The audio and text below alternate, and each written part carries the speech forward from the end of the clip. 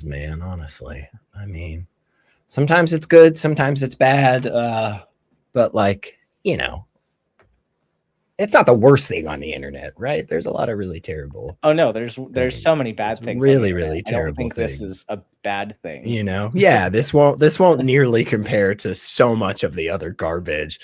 Like, you know, is this going to be top tier quality? Well, no, because you and I are part of it. But like, other than that, you know, other than that, it'll be great. But yeah. Oh, that's a great way to start this video. You know what? Hey guys, thanks so much for hanging out with us. I am very, very excited because I am getting to introduce you guys to one of my closest friends, somebody that I very much look up to in this space.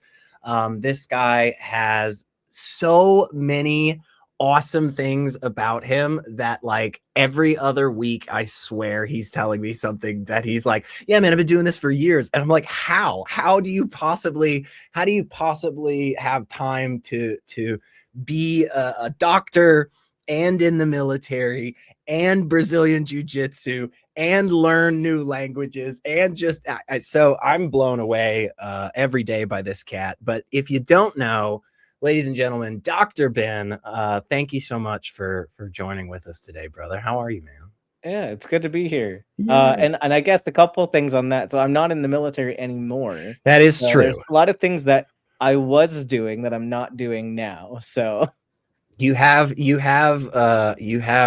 pared down just a little bit, but started up a bunch of other. Are you still practicing Vietnamese? Are you still learning Vietnamese? I mean, not super consistently. Okay. No, Okay. It's just in like free time moments that I have that makes me feel a little bit better about myself. You know that, just so you know, like you tell me like, no, Elliot, like I've put that down for the moment. That makes me feel like, okay, whew. And the cool kids are learning Uzbek now. So are they? Is that it? Gosh, damn. Okay, no. All right, man. I'll start. I didn't know. I didn't know. I want to be in the cool kids, man. I didn't realize all the hip kids were anyway. Man, you are a host on the Line Network, a very, very prominent call-in show in this space. You've been doing that for like 5 years, I think. You've been on something like that. The ACA network, another very prominent call-in show in this space, for about as long. And you do your own show on your own channel about medical myths. Yeah. Why? Okay, so I know you're a doctor. I know you're interested in that, you know, but why exactly did you want to start doing that? Why did you want to get out there and start pushing back on some of these this misinformation that's out there? Yeah, well, I know in our community there's people that, of course, all address the same messages, and all of it's important.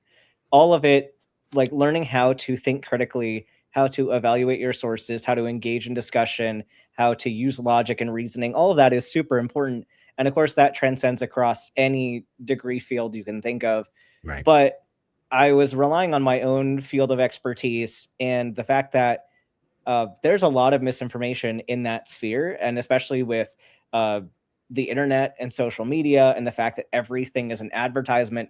Everybody's trying to sell you something, and a lot of them are trying to capitalize on this new wave of people wanting to take control of their own health. But the problem is people are Dunning-Krugering their way through health and medicine just because people think I have a body.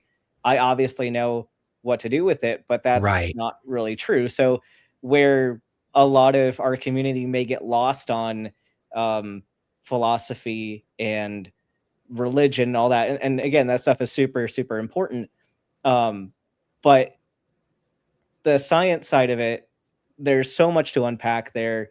And even beyond the religion talks, it doesn't matter what belief system you come from. Everybody is coming across the same medical information on a day-to-day basis. And it's all important to make sure that we're doing the correct things, and not only important for ourselves, but important for the people around us. In the case of vaccine misinformation, that is a big one right now that is not only affecting you, but also affecting other people, and does extend into those philosophical conversations right? Like Yes. like where do we put boundaries on your rights versus other people's rights? Hmm. And even conversations like that, you flip it over. If somebody doesn't really know how to analyze logic, they might think that we're contradicting ourselves when we say, okay, you have the right to your body with abortion rights, but you don't have that same right to your body for vaccines, which I'm not. Mm, There's a more nuanced position to be had there, but that's for the sure. way a lot of people see it as kind of these surface level. You have the right to, or you don't have the right to. So how do we reconcile those arguments from an evidence-based standpoint and a philosophical standpoint? How do we make all of these positions consistent, even when we're not as informed on a certain subject? So that's kind of the goal, is to provide the arguments, but to also provide the information to begin Hmm. with. And how do And we find those sources? and that is so incredibly valuable on so many levels. I think one, because it's great that we have the theory, right? I love the 700-year-old philosophy books that have all of this crazy definitions and words and all of that. It's so much fun for me. I get that. But the stuff that you're talking about hits people on the ground level on a daily basis, like you were saying. We're constantly coming into contact with things that have or can have a pretty massive effect on our health, right? And especially in a country where the way that we look at health is so much in a reactionary mindset, as opposed to a regular checkup preventative type thing. It's like Mm. I hear this, and I know this isn't exactly this isn't exactly it, but it's this line of thinking I hear. Somebody is really, really in shape, right? They're just your stereotypical bodybuilder looking person, right? And they're like, all right, well, I'm off to the gym. And somebody goes, why do you need to go to the gym? You're in shape. And it's like, well, that's how you do that. That's how Mm. you get in shape. That's how you stay in shape, is by going to the gym regularly. Somebody that, is seemingly very healthy, right? That takes very good care of themselves, is on a very strict diet of just a wide range of nutrients and stuff. Um, the reason that they're healthy is because they are paying attention to that stuff. Hey, come on, Yeah. man, eat whatever you want, drink whatever you want. It's like, no, I mean, like, it doesn't mean you can't have cake in moderation, right? But like, broadly speaking, we should be taking care of ourselves on a daily basis so that you don't have to go to the doctor and have those big medical crises. But again, that just our whole system is backwards here in this country, it feels. But Yeah. um the the other thing that I really love is, because I think, just like you said, we've all got bodies, we're all people, right? We've all done some kind, quote unquote, of like medically stuff in our lives. Like, we've all put a bandage on our finger and we feel like, yeah, man, I'm basically a nurse. Like Mhm. we've all had that one time where like somebody felt kind of sick and we were like, oh, do this or that. And then it made them feel better. And then we're like, ah, yeah, I can figure this stuff out. It feels so accessible to us. And yet, it isn't. It isn't something that the average person has the ability to really understand, which I think is one of the reasons why we're seeing so much of this garbage out there today, because everybody has the ability to get a microphone and just talk about whatever they want. And I mean, these things are actually harmful, right? This isn't just like, oh, have a little bit too much salt, or maybe take an aspirin too much or something. I mean, the things that are out there right now are actually hurting people, right? Yeah, yeah, and another layer of this too, you get people um who aren't trying to spread misinformation, Mm, who aren't trying to overstep their scope, but they feel like they have whatever experience that they can, like people giving each other medical advice on the internet, which that's not what you should be doing, other Right. than you should go talk to a professional. But what we see a lot is people who just genuinely want to help and spreading more misinformation because they're the ones out there speaking, and people who would have to take accountability for their words aren't Mm. speaking. And Mhm. so that's part of this this huge issue, and that kind of goes into my perspective in general that I've said on countless shows, is this idea that intuition is a great way to ask questions. Like it's a great way to Mm. formulate questions and use your experience and your background to discover new information, like to go out there and start your search for new information. But intuition is not a good way to make decisions, Mhm. or is not a great way to decide what the answer is, because it's so dependent on your foundation of knowledge and your experience level. And if you don't have either of those things, you can think that something is appropriate when it absolutely is not. Right. Um, and an example of this, recently I talked about aspirin because there was a recent media story about somebody taking a higher dose of aspirin every day Mhm. because, well, a little bit's good, so a lot of it must be better. And especially if you're talking about blood thinning properties, that was the point of that.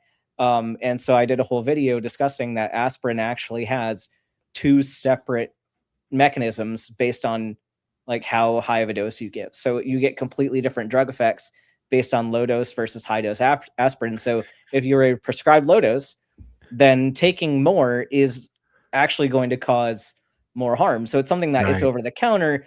I'm following the directions on the container. I should be good. Well, It no, feels normal. no.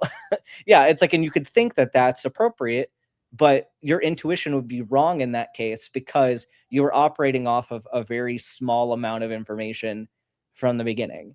And So, even just as something as simple as that, as the thought that, man, in a small dosage, in a 10, 20, 30 milligram range, this particular drug in my body would cause me to feel XYZ. But let's just say at the 100, 110, 150 range, it would be the exact opposite side effects. Like that's clearly not something you're just going to sit around and just come to in some kind of justifiable conclusion, right? You don't just intuit your way into that, man. mm, yeah, you have to learn it from somewhere. And the advantage of having education in the subject is that the somewhere you got your information from is validated. So Mm, where people may think, okay, well, I can have knowledge and not necessarily have gone through the education, like absolutely. sure. Absolutely you can be self-taught. Absolutely you can go out and learn things. The question is, like, at what rate did you learn that information? Like what Right. level are you after you're learning? And also how valid is the information you were receiving? And was it adequate to propel you to these higher levels and have you clearly understand it? And that's something that having a more structured education does help with, and especially For having a sure. license helps with, because then you are held accountable for knowing that information. It's a Yeah. like you have been tested and verified by a third party that you know this material and can apply it appropriately. And if you don't do that appropriately, then you won't be allowed to do that anymore. Right. And so, kind of those checks and balances in place for that are super helpful. So it's just important that we don't get overconfident in kind of the level of education that we've received when there's leaps and bounds more to learn. Like, and even from my standpoint, I'm more than a decade into my training, and Right. I still have half a decade left to go. So, like, there's still so many things that I look back on my videos and think, well, I could have said that differently, or like this is something that has Sure. changed recently, or I didn't know this nuance at the time. And we all do that. There's never going to be a time where you know everything, Mm, but it's important to recognize like where you are on the Dunning-Kruger curve and say, you know, this is my current knowledge on the subject. I could be mistaken, and maybe don't take this as like the Bible or So, something. okay, so let me ask something a little bit tongue in cheek, but a little serious. In like, from an average person's perspective, somebody that doesn't sit around all day reading through scientific papers, somebody that's not very deep in the lingo of, the medical establishment and all that jazz. I mean, why shouldn't they be concerned about the fact that it feels like medicine is changing all the time? I mean, am I just wrong? Is medicine not actually changing all the time? Or one day Yeah. coffee's healthy, the next day coffee's not healthy, then I should put it up my butt, then I shouldn't? I mean, what am I supposed to do with my coffee bin, and why can't doctors figure it out? Like, Yeah, so of course the truth is out there, right. and the truth is under our current context, like our the physics of our universe hasn't, as far as I know, has not changed so significantly to completely change the mechanism of coffee I'd tomorrow. agree. I'd So agree. we have patterns that are pretty well established, and those are probably going to stay well established for a long time. It's Yeah. just our knowledge of it increases and the way we implement that knowledge changes. And the context in which we discover things have different effects Mhm. changes. So if we say this medication is good for this particular condition, that doesn't mean it's not good for this other one. It just means we maybe don't know yet. Right. And a great example of that is talking about birth controls. We know roughly, like when we study them, how long that we can say they have a this much of a likelihood of stopping a pregnancy. Mhm. But that's not to say that it doesn't last longer. It's just we verified it to be reliable this percentage of the time at this Right. with this duration. That has since increased. The I believe the duration you can keep in an IUD and a Nexplanon has increased over time because the data has come out that has said, okay, it is now shown to be reliable for this amount of years instead of this previous one. So it's not that it wasn't effective before. It Right. just we just didn't have the verification. And in that sense, we didn't want to give advice to people and have it hurt them Yeah. when we didn't know that answer. We needed more study on that. Yeah. Yeah. And I love that. I love that you brought up um, birth control right there too, because that's actually a really fascinating example.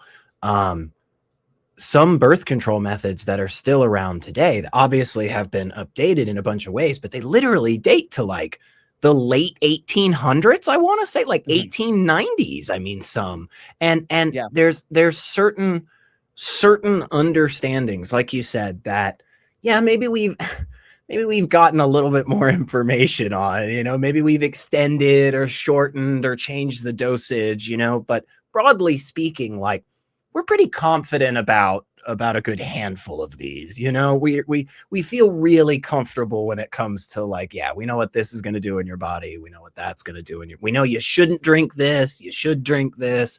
Pretty standard. And honestly, it seems to me that it's not so much that the medical establishment is changing as much as it's hot to tell people something wild. Yeah. Nobody ever wants to hear, hey, it's been confirmed, like, aspirin does in fact at this quantity thin the blood. It's like everybody always wants to hear the newest, the latest, the craziest thing. um Yeah. what what do you do with that, especially as a doctor? I mean, how many times are people coming in asking you about something on TikTok that, well, if I'm supposed to do this, or I'm supposed to have that, or can't have green light or whatever? I don't know, but what do you do with that, man? Yeah, so this is the fight. This is the current fight in public health. And this is a topic. There's a new term for this now, and I just learned about the actual term this week. But they're calling it science exploitation, which Ooh, is, I yeah. like So it's that. defined as a deceptive marketing tactic where companies misuse scientific jargon, buzzwords, or preliminary findings to promote unproven products, creating a false sense of legitimacy and exploiting public interest in cutting edge science for profit, often in health, wellness, and beauty industries. So it's the term it really is marketing. People are using marketing to sell you things, and what we've known for a long time about marketing is the more people trust a product, the more likely they are to purchase the product. And so that's why you've got these statements of like 9 out of 10 dentists recommend Colgate or whatever, is because that, like, whether or not it's actually a true statement, like, I mean, they could probably find 9 dentists, yes, somewhere in the world that might say that they use it or think it's fine to use. That's right. But they do that so that you believe that they're trustworthy. Now you buy that product, you know, buy other products. And that's what we're seeing as well with TikTok and sponsorships. You have companies that want you to think that they're legitimate for healthcare purposes. One of them more recently that I debunked was greens powders. If you've seen people mixing those the powder into their water, and it's like this swampy green grossness. Is that not healthy? Is that not good for me? I mean, it's not bad. Like, it's a thing, or it's not necessarily a bad thing, but it's not going to deliver on the promises that it offers you. And that's how they get around it, is because like, honestly, like, you know, you're going to be fine if you eat this or you drink this, but also, like, I can just claim that it'll make you Superman, and that's okay. Apparently I'm allowed to do that. They'll use very vague claims like that can't be verified. Like, so very subjective things, like it's going to improve your energy. It's going to, things that are subjective, so that promote well-being. It didn't do anything. Well, okay, well, just maybe it didn't work for you, or maybe you weren't using it right or whatever, because you can't disprove that I felt a certain thing. It doesn't really work that way. So and they get around making medical claims by saying that instead. But with the greens powder specifically, what dietitians that I've kind of referenced have noted is a lot of people are using the greens powders as a fruit and veggie substitute. Like, they think, I don't like to eat these types of foods, I'm going to take this because it's green, it's got to have vegetables in it, right? So if I use this, then it's going to be a substitute, and that's not actually true.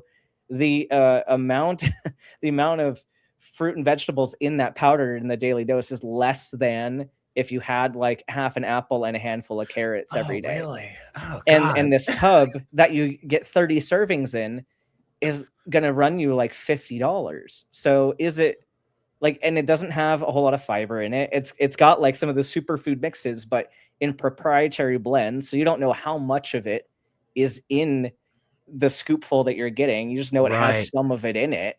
So it could have like the tiniest fraction, and they could say that it has it, and you'd buy it. Okay. So, but help me out here for a second, man. Help me out here, okay? Like, so what's the big deal? This company makes, you know, a less than perfect product. I mean, some people buy it and it maybe just doesn't taste that great. I mean, like, again, you said there's no health risks for them. Why is it such a problem that this company would be doing, or other companies doing stuff like it? Yeah, so this is one of the more benign examples, because really this is just a scam at its finest. Just they're going to make a profit. You're going to lose some money out of your wallet. You're going to be able to buy less food for yourself because you bought this greens powder instead. So in that case, it's not doing as much harm, but the same thinking errors, the same fallacies that they're using are what are similar to what are going to lead you into anti-vax ideas, or like other really harmful ideas. And a lot of these greens powders organizations tend to be on more of the, like, more in that wellness, health, beauty market that is full of anti-vax propaganda a lot of the time. It kind of leads you down this natural wellness rabbit hole. And once you get into that, you start getting into some more harmful ideas. And so it's not so much the product that is harmful in this case. It is the it's the absence of critical thinking. It's Right. the ability to be scammed. And I think If that is the harm, is that these people are willing to scam other people. right. And I think that they shouldn't be doing Yeah. that.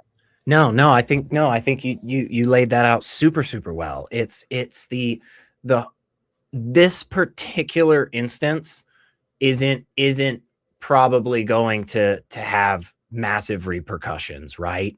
But when you start to dig in and you come to understand that there are unscrupulous behaviors that are occurring, well, now a lot of other questions come up. For instance, I mean, if this company is behaving like this with their marketing, right? If this is how they're advertising and selling their product, are they really going through all the safety guidelines for Right.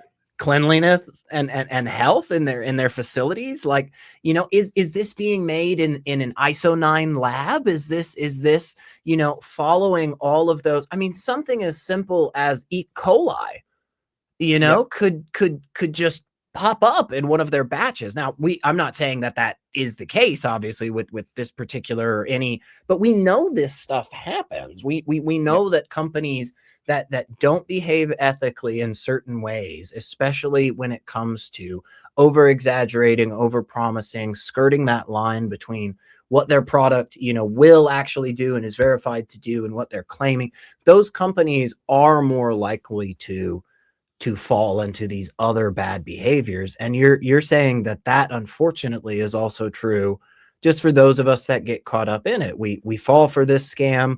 Next thing you know, we're buying just fistfuls of vitamins, and not a one of them Yep. is doing anything for us, huh?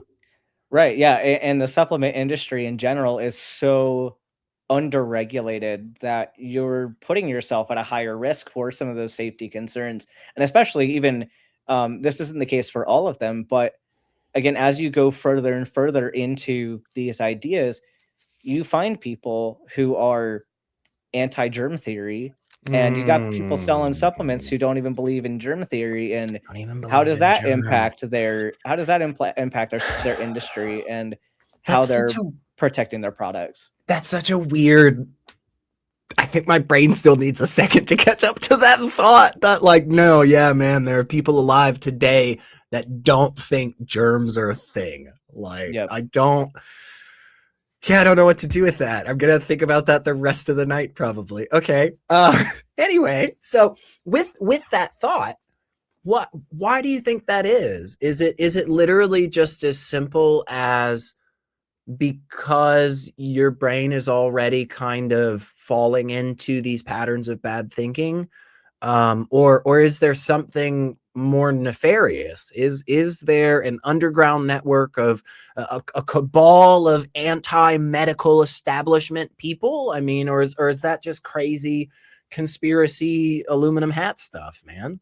And I think that the majority of people are scammed into this. Hmm. And a lot of people are reasonably like distrusting of the healthcare industry in this country, and that that facet of it is the responsibility of our system. And Hmm. the fact that people are not getting access to care that they need does propel them to be more likely to fall for these scams, because they have nowhere else to go. And if they find something that subjectively makes them feel a little bit better, that might further um, make them think that they should continue to distrust what science is Hmm. saying and go their own way on that. But I think it's a combination of those people, those well-meaning people who just want to have an answer. And I do think that there are some people who are bad actors. There are Hmm. people with different like conflicts of interest. Hmm. In this case, there are people with industry ties. There are also people who have falsified research and have a big example with the whole vaccine conspiracies. Yeah. That was a whole falsified study. And anybody who has gone into research and has been a medical doctor that should know how to conduct a research study, it's hard to think that that study was done by accident. That was probably purposeful. Sure.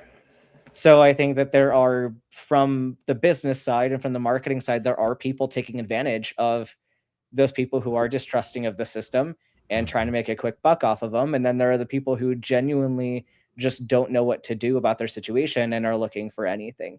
And so this is the recipe for all of the nonsense that we have going on, is that that combination of desperate people and people willing to scam desperate people. Yeah, yeah. I really think that makes a lot of sense. And I I also think it's very interesting, and I don't want to spend a terribly long time on this, but get your thoughts quick on this. Is you brought up,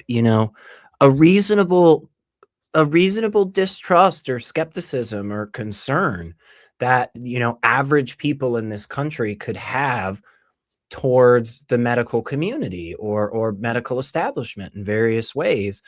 Um, what do you think those reasonable concerns are coming from? Do you think there is, again, like, just take it to the crazy degree here? Do you think there's a cabal of doctors out there that are actively lying to their patients in small towns across America? Is it big health insurance that is screwing everybody over? Why are people having these concerns and distrust? Yeah, it's a combination of factors. Insurance definitely plays a huge part in Mm, this, because they are untrained middlemen that get to come in and say, "I know your doctor wanted this, but we're going to say no." And that is completely outside of their place. They should not mm, be doing that.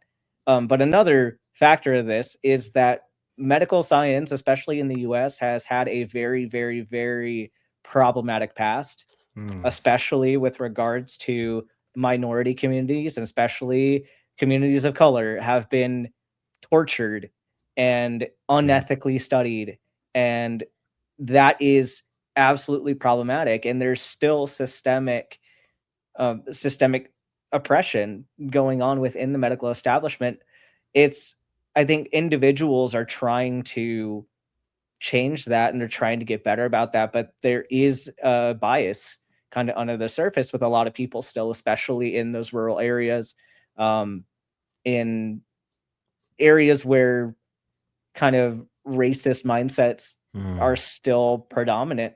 mm, Or even just this idea, even if people aren't intending to be racist, there just recently were corrections to the right, way we view certain healthcare conditions, thinking that it was because of inherent genetic differences between right, races, but really those issues were from systemic oppression. yeah, And yeah, and so yes, those issues do present more in certain communities, but it's because of social factors. And even we're seeing mm, the impacts now of things that happened back when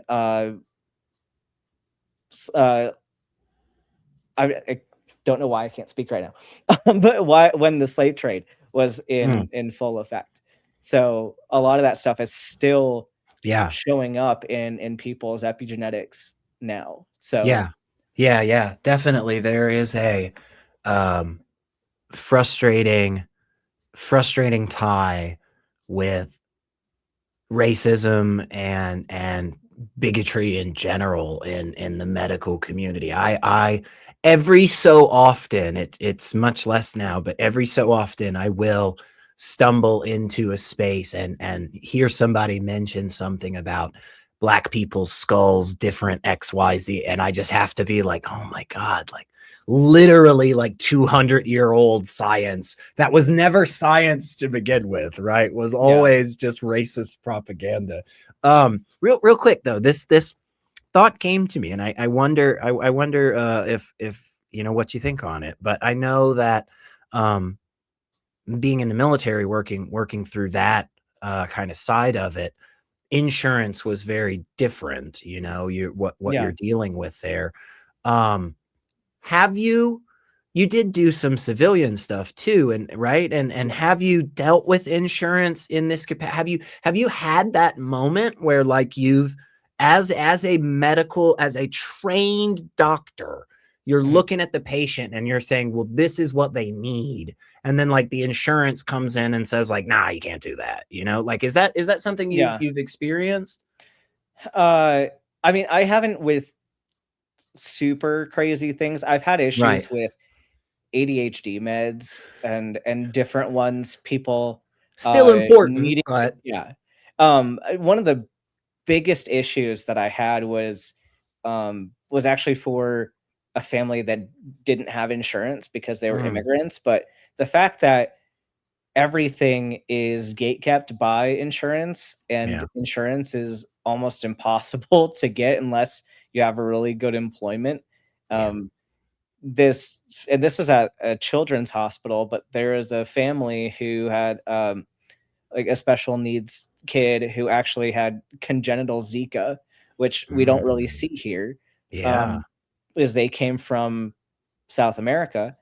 Wow. And so this kid needed a lot of extra care For and sure. was in the hospital for some really complicated stuff kind of related to this condition, but needed to have like a feeding tube placed so that the kid could eat. But the problem is the food that you need for a feeding tube is really, really expensive. Sure. And you have to keep feeding people, surprise, you have to keep feeding people for their whole lives. Right. And especially as we're able to keep people alive longer, they need more of that. So you have a 7-year-old who this family doesn't know how to pay for food. Like, in the Mm, hospital gave them, I think, like a 3-month supply, but that's a 3-month supply to feed a 7-year-old. Like, these are that's not a conversations lot. that you should not need to have Yeah. with a family. Yeah. You should not have to have the conversation of, when you leave the hospital, how are you going to feed your child? Yeah. Yeah. That is something.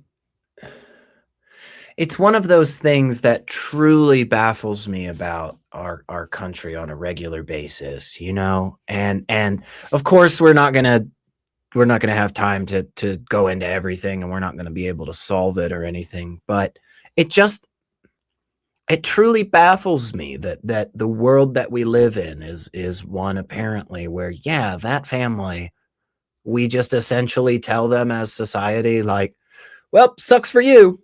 Like, you know, figure it out or don't. Like we're not particularly concerned. You know, the the idea, and this just completely true, by the way, unfortunately, folks, but it does not matter where you live in this country.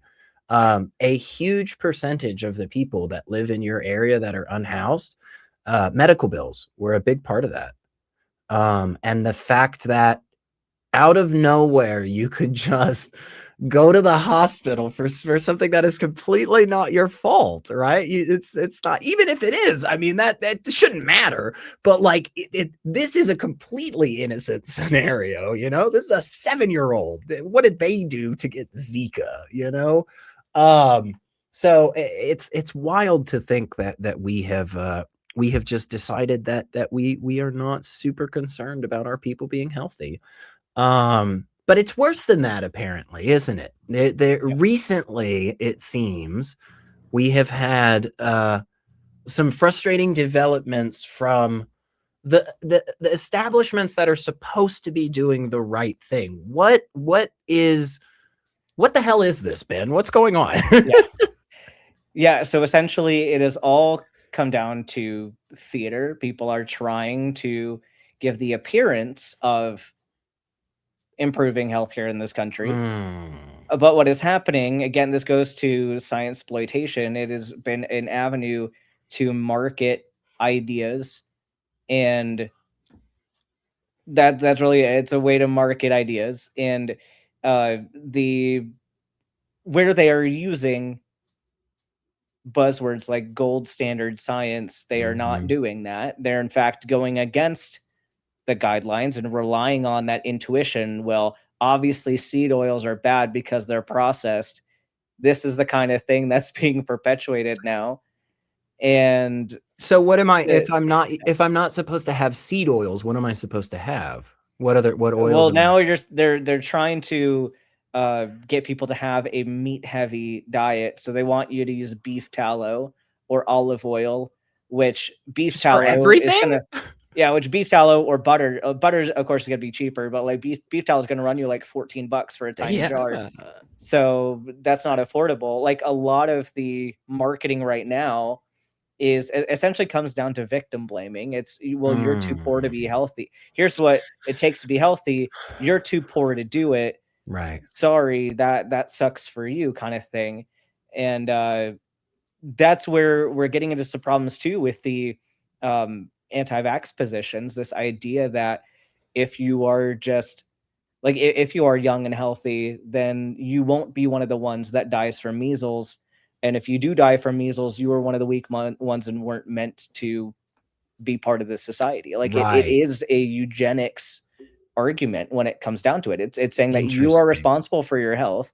They're not going to change anything about the system or about the way people have access to any of that. Like we know that the big things that are going to improve outcomes are access to healthcare, access Mhm. to healthy foods, access to living in areas that don't have insane pollution or don't have a lot of healthcare concerns. Like we have an incredible amount of data suggesting that healthcare outcomes differ significantly just across zip codes. Right. And zip Right. codes are related a lot of times to socioeconomic status and race. Right. Right. Right. So yeah, so the whole argument is these are the things you need to do to be healthy, but we're gonna hide these behind a paywall. And if you can't achieve them, you didn't pull up your bootstraps enough, you didn't work hard enough to get there, you deserve to not be part of this. Right. And it's and I'm glad you brought up this. Glad you brought up this broader, more systemic kind of consequence of this, because I think that that is a very, very fascinating point, and one that actually has been proven true multiple times. So, for instance, I remember, there was massive studies that were done talking about the reduction of lead in children's toys and paint and water supply.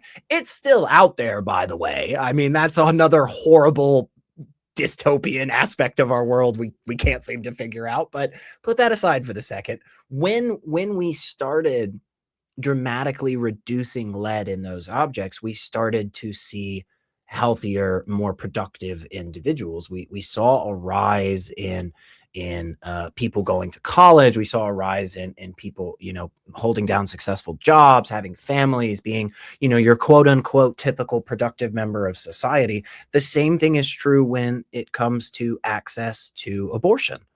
Surprise, surprise, but when people aren't forced to raise children that they don't want, they are able to have more autonomy in their lives. They're able to use their money more wisely. They're able to be, again, better members of our society. And the same thing is true when it comes to just access to basic healthcare, basic nutrition.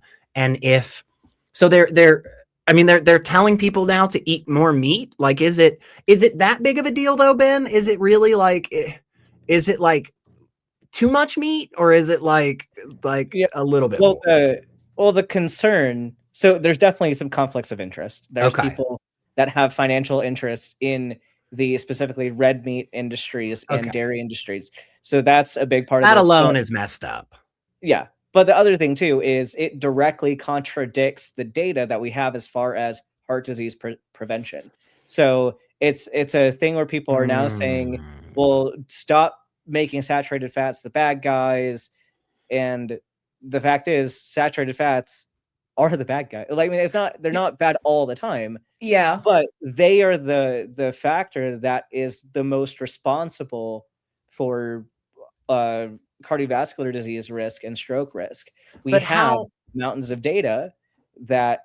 Yeah, what was your question? Well, no, I'm with you. I mean, how big of a problem is cardiovascular health in this country? Like, are people? I don't know that I have a friend that has any problems with their heart. Are you telling me that people are having heart attacks and strokes all the time? Yeah, it's one of the most common, if not the most common cause of death in the US. Is it really? So for adults, yeah, but it's because you're younger, so usually your risk really starts to show up Sure. in your 40s and 50s. So But and 40s. I mean, yeah, that's not, we're in not your talking 40s. 85, we're Yeah, talking 40. Like, yeah.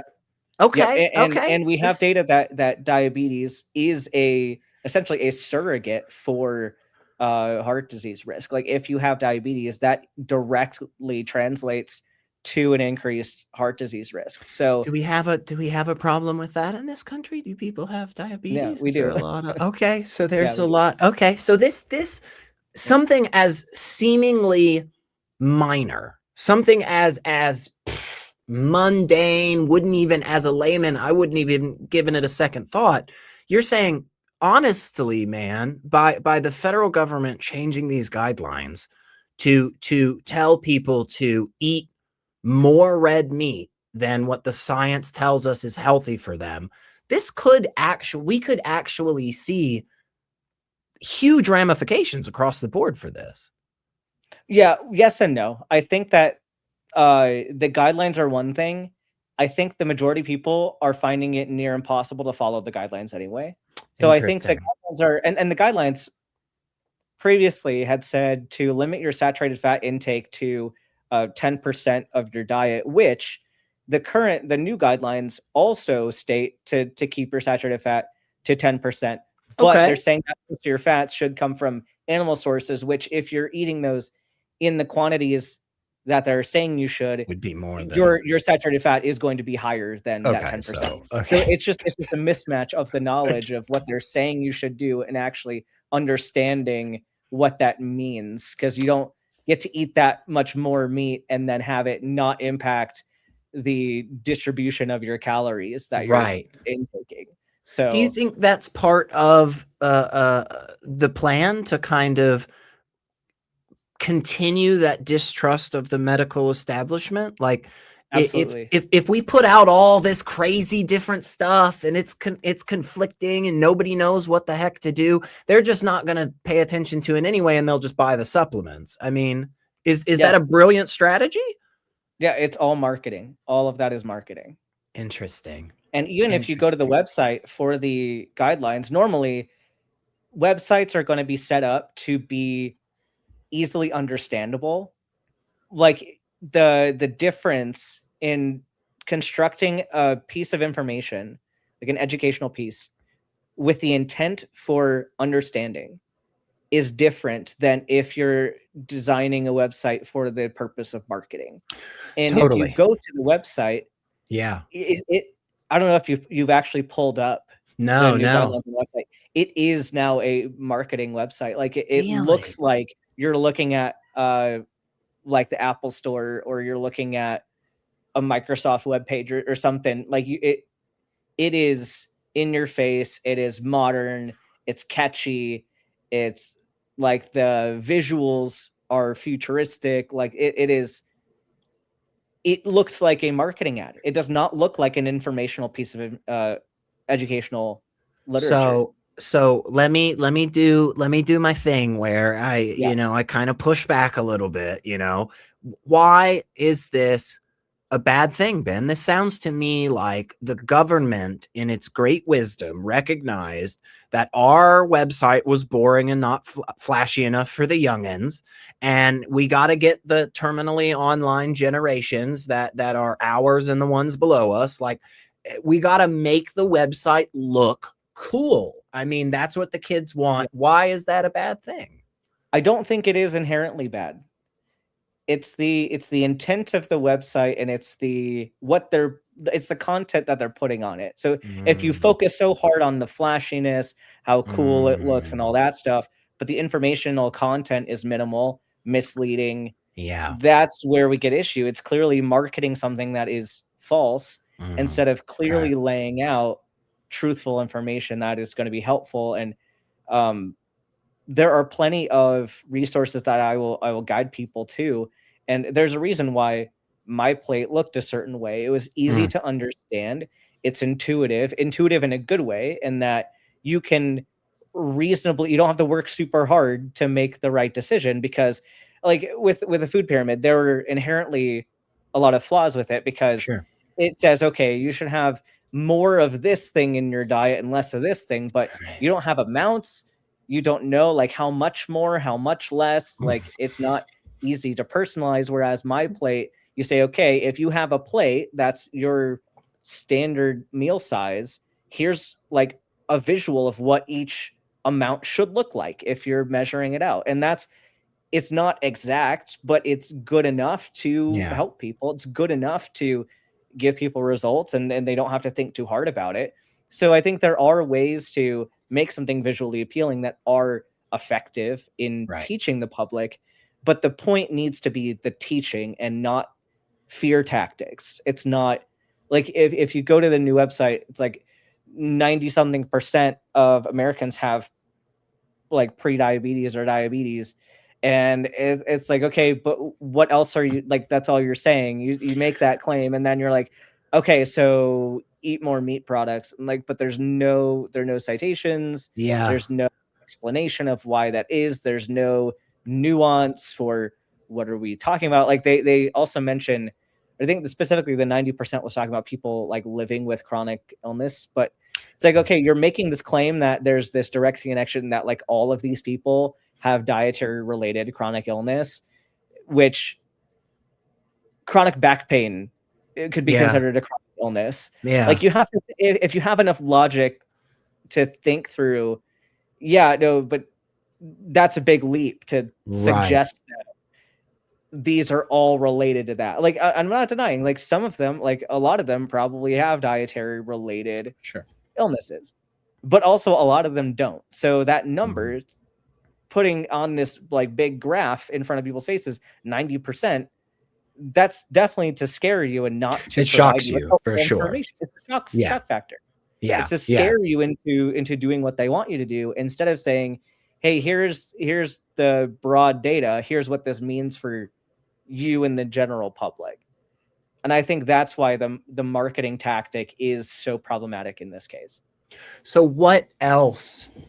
is what else right now is coming under that same kind of fire? The beef tallow stuff seems to be. I know you and I, Yeah. we're hanging out just a couple of other days, and I mentioned that like it just felt like to me out of nowhere everything had beef tallow in it or was talking about, and I was like, where did this come from?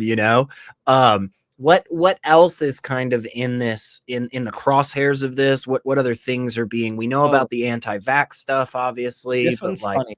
This one's okay, funny related back to the dietary guidelines, okay. because this is again just more theater. The war on protein. Did you hear about the supposed war on protein? Like, no, I mean, like, they're saying like we don't have enough protein? Is that what they're arguing? Yeah, they're suggesting that the rest of the system is trying to stop you from eating protein. Everyone thinks protein is bad, which if you go out into the world at all right now, everything has added protein in I it. was gonna say, Everything. Like I you go to just Starbucks, right, Starbucks has protein lattes now. Like right. if you have such a hot topic marketing thing for increasing people's protein supplement intake, and of course a lot of that is related to people like Joe Rogan and Jordan Peterson that have really popularized these Okay, ideas. It's that okay, masculine alpha male dude bro okay. thing. Interesting. But it's everywhere, and people aren't trying to stop you from getting your protein. In fact, like there's more and more marketing that's telling you to eat more. That's I not a have war on protein I have by any means. never in my life, and I maybe I am just forgetting something, but I feel like I have seen somebody talking about how bad, trans fats are for you, how bad sugar is, how bad salt is, all of these other things. Fiber. I've heard people talk about how bad fiber is even. I don't think I've ever heard a single person say like, hey man, just so you know, big protein's out there trying to kill you. Don't eat protein. Don't touch it. I've never heard anybody hate on protein. And now apparently there is a war on it. And I mean, should I be eating more protein, Ben? I mean, should I be eating more protein? Probably not. Okay. Most people are getting, if you're eating, you're probably eating the right amount of Will protein. it hurt me if I just start just downing an extra protein shake every day? Will I get hurt? Probably not for most adults, but like children shouldn't be taking protein supplements. And if you do overload on it, it is harmful to your kidneys because proteins come in like in their structure, they're amino acid chains, and amino groups are nitrogen containing groups. And your body process those nitrogens and you have to pee them out. So in order to do that, you put a lot of strain on the kidneys. And so if you have a kidney issue, you might need to intake less protein depending on how severe your issue is. But for most people, extra protein isn't really going to do much. And in fact, having a high protein diet can be beneficial for a lot of people. However, it's again this idea that you need to be in like that this is good for you, therefore more is better. Not really. A lot of this is just you're going to be wasting your money. And you just don't need this. Like the previous recommendation was I believe between 0.7 and 0.8 grams of protein per kilogram of body weight. And they've now changed it to 1.2 to 1.6 grams per kilo, which for the majority increase. Yeah, for that's the almost majority double. Yeah, for the majority of people, they do not need that. It's not going to make them like it's very rare to get a protein deficiency unless you're doing some kind of extreme diet or if you're starving. But like that increase isn't going to improve people's nutrition unless you're doing very, very high intensity exercise. Which at that point you're probably already taking because those places market that crap like crazy to you. So for most people, it's just a waste of money. And that's, I mean, there are some cases where you may want to do a higher protein, low carb diet. And for example, people who need to lose weight for medical reasons or people who have issue processing blood sugar, like if they have diabetes, that might be a reason to have a higher protein, low carb diet. But that's more tailoring to individuals and not something that we're broadly advertising with the general guidelines, right? Like the general guidelines aren't there to be your guide to diabetes. That's something that you need to follow the guidelines for diabetes. But the general guidelines are for people without those other conditions. What should they generally do? And it seems to me like this is another one of those that falls into the same camp as a couple of these types of things, which is like, you know, at its best, honestly doesn't do that much for you. But in the worst scenario, and not to say that it's the most likely, but in the worst scenario, I mean, this could be complete and total kidney failure. I mean, if somebody's just pounding protein all freaking day, you're saying, especially children, you said, like children have a much higher risk of, you know, and what are these individuals going to do? I mean, obviously their diet and their behavior is going to reflect and come onto their children. If they're in this mindset, I mean, they could start perpetuating this to their 5-year-old, which could cause some pretty significant harm. And that should be one of those places we all seem to agree on. I mean, we don't apparently, I don't know why, but apparently it's just like, no, whatever. We don't care if children get harmed. It's just like, God, what a weird. Okay, so the war on protein is another one that's out there. What else? What else is hot right now? What is another terrible thing? Let me go back through my list of topics I've discussed. you got so many. There's a big one kind of along the same dude bro line of thinking. There's a whole thing with peptide therapies. I which don't know. I don't know what this is. I have no it's idea so about weird. this. So What are when I did this peptides? particular Help me episode, there. yeah, so peptide in general is a pretty non-specific term because it just Okay. means like it's just a chain of amino acids. Okay, Like it's so amino acid chain. So like yeah, peptides, okay. like multiple peptides come together to make proteins. Got it. So, but proteins, there's so many things that are proteins. There are enzymes that are proteins.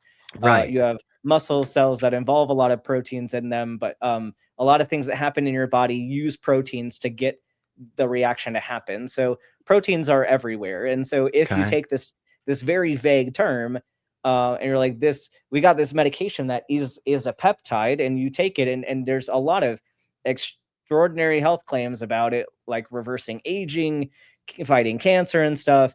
But it's Oh, like, okay, but these, you have to think about what these individual compounds are, because people are using this term peptide in a whole slew of different ways. Like there's on one end of the spectrum, on the more like benign but a waste of your money type thing, there's an MLM that sells these pills that are peptide therapy pills that are supposed to give you energy and all this stuff.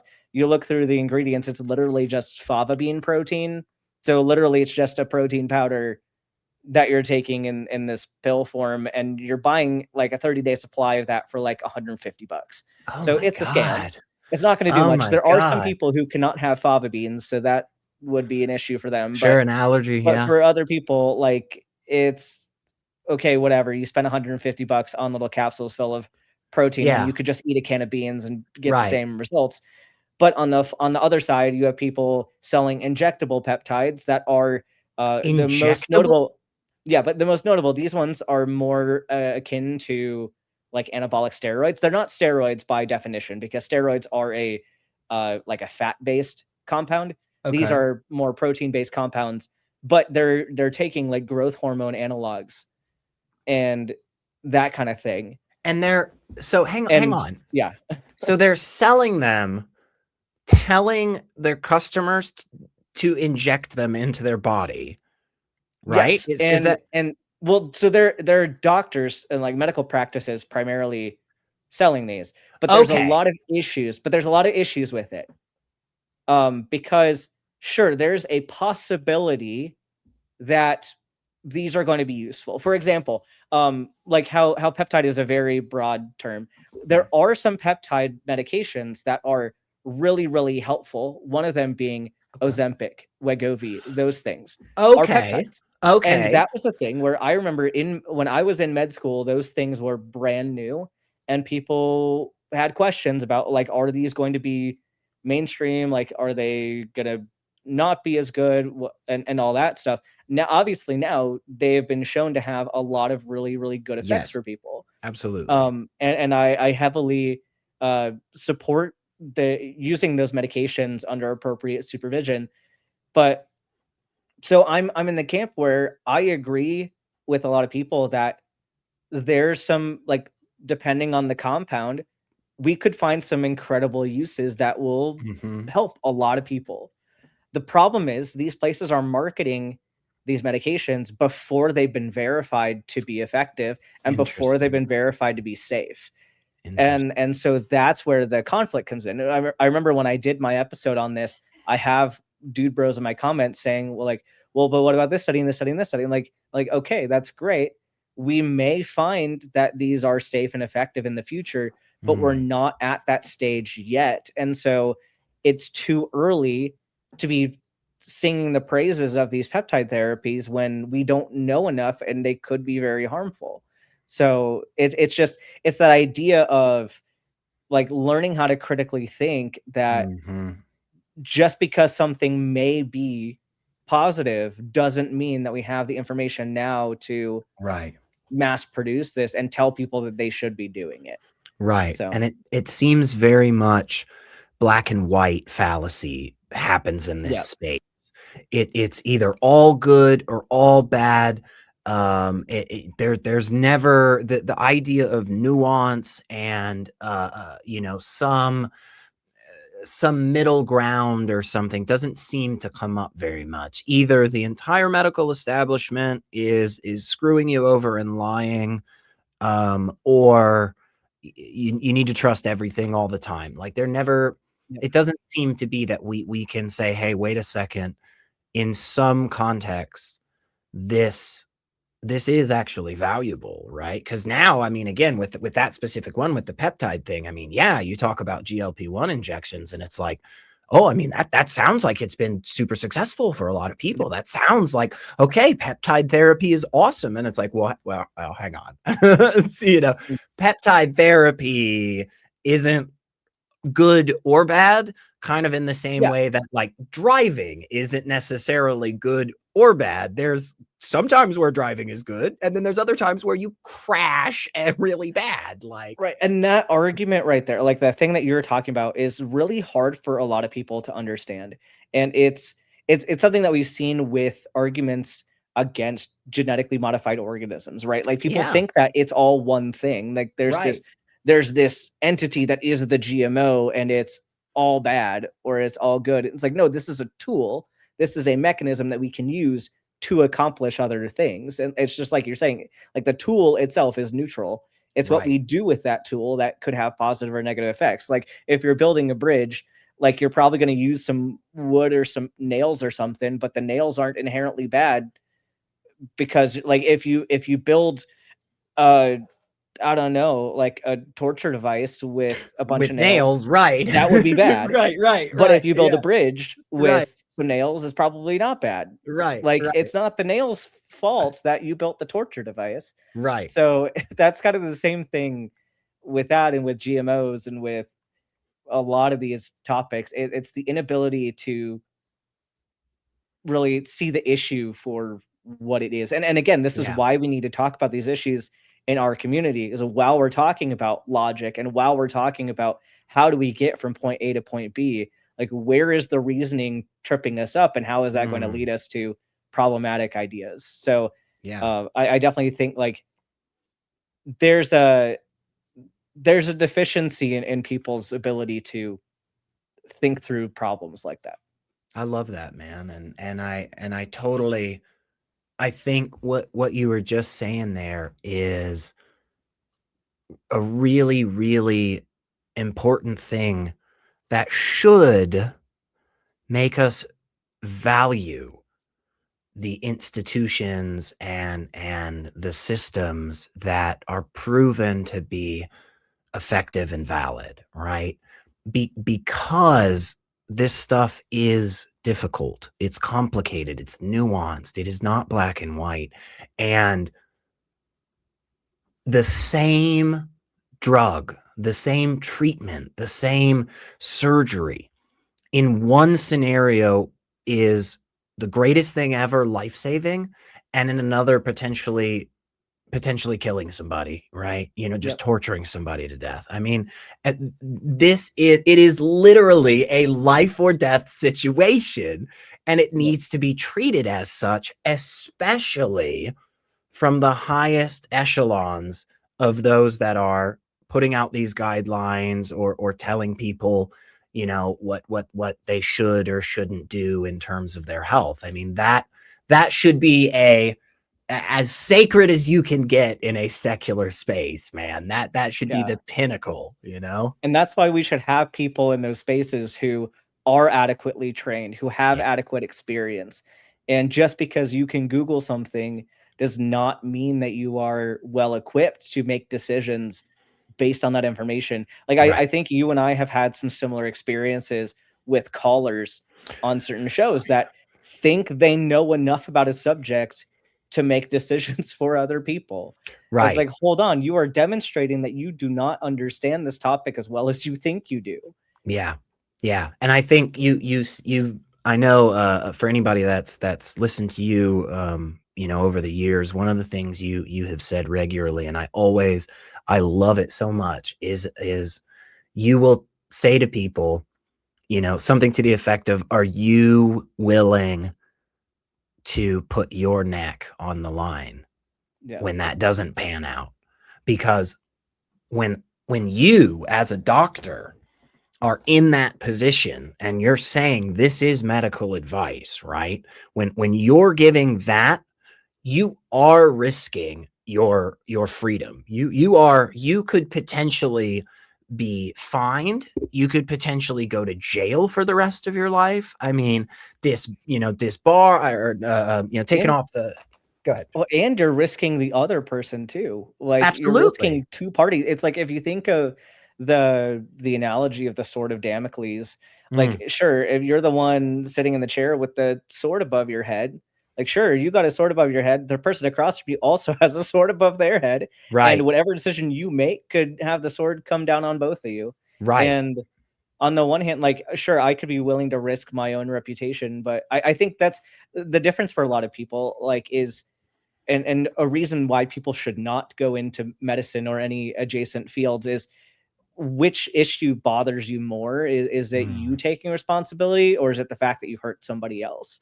And I mean, mm, for me, obviously, I want to make the right decisions and I want to be able to keep my license. But correct. if I hurt somebody else, that would be Yeah. far worse to me than whatever consequences I get from that because that other person trusted me with something and I didn't deliver and possibly gave them a negative outcome. And inevitably that happens. Everybody makes some mistakes somewhere and hopefully things get caught early enough to where it doesn't cause a big issue. But when people are even beyond the point, like they don't even care about the other party in this, Right. and they have not yet contemplated their own risk in the matter. And this is Mhm. something that I actually want to do a bigger discussion about on my channel is the rise of AI because I saw a great argument from somebody against AI taking the jobs of physicians, and I totally agree with Mm, this. The fact that if a complication happens, if something gets messed up, somebody has to be liable. That's how business is. sure. That's how law is. If AI is making a medical decision for somebody who is taking Right. responsibility, and Right.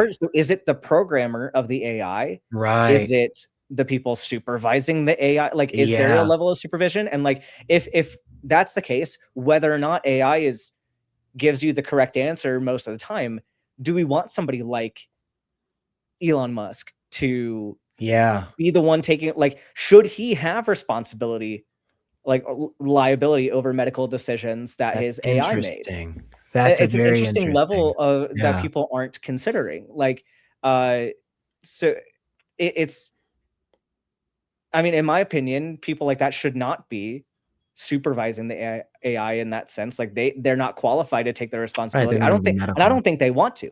I don't think they want to take that liability because Mm, it's a lot. The mhm. monetary value of somebody's life, even apart from like if you're at a point where you just don't even care about the fact that it is a life, which Right. that's where a Right. lot of these people are.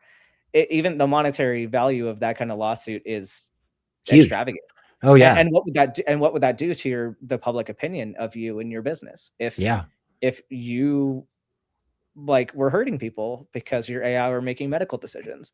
So I think that's one reason I think That's interesting. AI is not going to go very far with healthcare because I don't think those business people are going to want to take ultimate accountability for those decisions. I think they're going to want physicians Mm. to have that liability on their shoulders. That is a thought So that I have not had in this space before because really the extent of my thought, the extent of my thought process around AI and medicine has just been those kind of snippet headlines, pop science stuff of like, hey, we're using some AI to scan, lung scans and it picks out cancer pretty well. And I'm like, oh, that's kind of cool. That seems helpful. But thank goodness the doctor's still there to double check mhm, the results and, before we just start giving chemotherapy to random people. So, yeah, um, but yeah, that's going to be hugely, hugely important in the next handful of years about yeah, we're whether gonna or see that not, unfold. We're gonna yeah, see that unfold in real time. I'm sure of that it. is really weird. That is a really weird thought, Yeah, man. That is probably something I am gonna see if I can have you back on so that we can just kind of yeah, just BS about and just have fun yeah. with. Like that is an interesting, huh? Well, well, I like to leave people wanting more. So I'm going to say that is a phenomenal place to say thank you so much, brother. I really appreciate you hanging today. And I absolutely, I said all this at the front, but I truly mean it, man. I always am so impressed with what you are doing and just seeing you everywhere. I love seeing you out on shows. So I know you're going to be back on ACA stuff shortly. I know you're going to be back on the line. I know you've got more medical myths coming up. But what else? How could people reach out to you? How could they find you? How can they send you a bunch of money and just keep you doing this? Yeah. Definitely find me. My YouTube handle is at Dr. Ben Hamilton. That's where most of my content is right now. All of my very sciencey stuff is there. There's also a trivia night there every week just for some community building, because I do believe in keeping your community together and getting people involved. Because I mean, it's great sitting there watching people do Absolutely. stuff, but there's so many times when people are in side chat and just want to play a game. Yeah. Sometimes you just gotta play a game. The world is difficult, and just need to not be so serious all the time. So there's that stuff going on. And then along the lines with not so serious stuff going on, Holy Spirits. It's on YouTube at holy_spirits. We've kind of finished up season 1. It was kind of our like pilot season. We're going to be coming back soon. I'm kind of doing some brainstorming and thinking about the direction for the show and the channel and all that. But I think we're going to bring y'all some fun stuff over there too.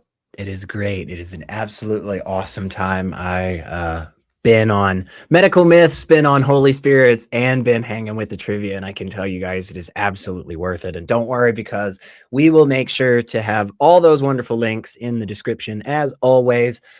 You guys know about all the things to do. That's great. Make sure you freaking do them. Like the thing, send us money. You get it.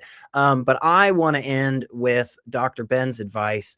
It is not medical advice, okay, folks, but it is really good advice, which is just go out and play a game. Just have a little fun. Yeah. You know, it's okay to do that and take some time for yourself. Some things suck for sure, but there are definitely some cool places where you can relax a little. So thanks so much, brother. I really appreciate it. Yeah, it was super fun.